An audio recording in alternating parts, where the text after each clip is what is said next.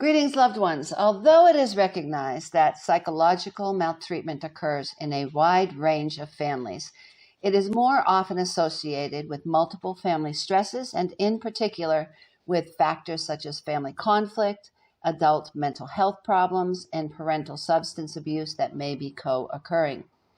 Today, we are in part 2 of 4 parts in the series on psychological abuse of children. Help us get these messages out. Please subscribe to our channel. Follow us on Facebook, Instagram, and Twitter. Hit the like button and the notification bell, and please share these messages with others. You could save a life. So let's discuss determinants of psychological abuse. Although it is recognized that psychological abuse occurs in a wide range of families, again, I'm going to say it is more often associated with multiple family stresses, and in particular with factors such as family conflict, adult mental health problems, and parenting substance abuse that may be co-occurring. For example, some parental mental health problems are associated with unpredictable and frightening behaviors, and others, particularly depression, are linked with parental withdrawal and neglect. Similarly, in terms of family conflict, attacks on a parent almost always frighten a child, even if the child is not the direct target. Threats or actual violence as part of a pattern of aggression against one parent will sometimes exploit the other parent's or child's fears. Children exposed to violence in the home are at disproportionate risk of injury, eating disorders, and self-harm, even when they are not themselves victims of physical violence. The AAP statement, Intimate Partner Violence, the Role of the Pediatrician, deals with how such issues should be addressed. Although there is a scarcity of literature specifically addressing the issue of parental substance abuse and psychological abuse, substance abuse on the part of one or both parents is associated with high rates of child abuse. So let's discuss associated impairment. Precisely because psychological abuse interferes with a child's developmental trajectory, it has been linked with disorders of attachment, developmental and educational problems, socialization problems, and disruptive behavior. Research involving institutionalized Romanian orphans demonstrated the effects of severe emotional and sensory deprivation on later IQ, executive function and memory, psychological processing, attachment, and psychiatric disorders. The effects of psychological abuse during the first 3 years of life can be particularly profound because rapid and extensive growth of the brain and biological systems take place during this period, and this growth is significantly influenced by the young child's environment and, in particular, the early parenting that he or she receives. Psychological abuse also negatively affects the organization of the child's attachment to important adults in his or her life. Longitudinal studies have shown that impairment in security of attachment is associated with a range of later problems because early parenting plays a significant role in influencing children's beliefs about themselves, i.e. in terms of the extent to which they are lovable, and about themselves in relation to other people. For example, when they have needs, people will respond appropriately to them.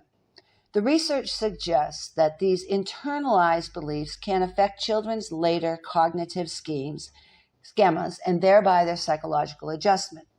Psychological abuse in early childhood is also associated with insecure attachment in adulthood.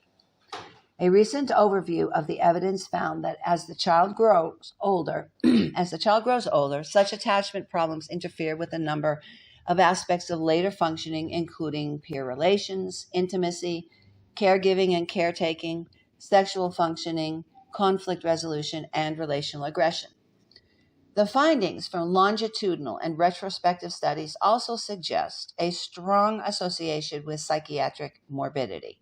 For example, one longitudinal study found that psychological unavailability and neglect in early childhood were associated with increased social problems, delinquency, aggression, and attempted suicide in adolescence, and that most psychologically abused children received at least one diagnosis of mental illness, with 3/4 having comorbid conditions for 2 or more disorders.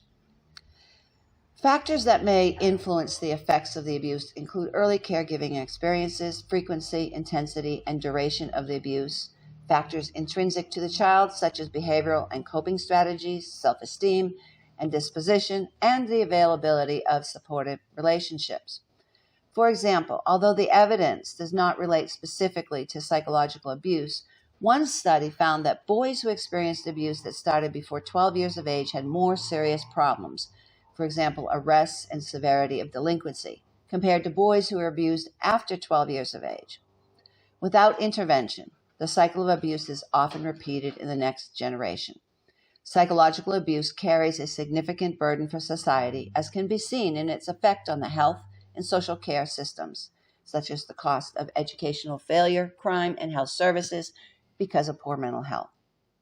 According to the CDC, over half of all children in the world, that's 1 billion children ages 2 to 17, experience violence every year. The question is not if you will encounter a victim of violence. The question before God is, what will you do when you do encounter them? You could be the person who saves a life. Micah 6:8 says, He has showed you, O Lord, what is good. And what does the Lord require of you? But to do justice, love mercy, and walk humbly with your God. You are called. We are all called to be champions for justice.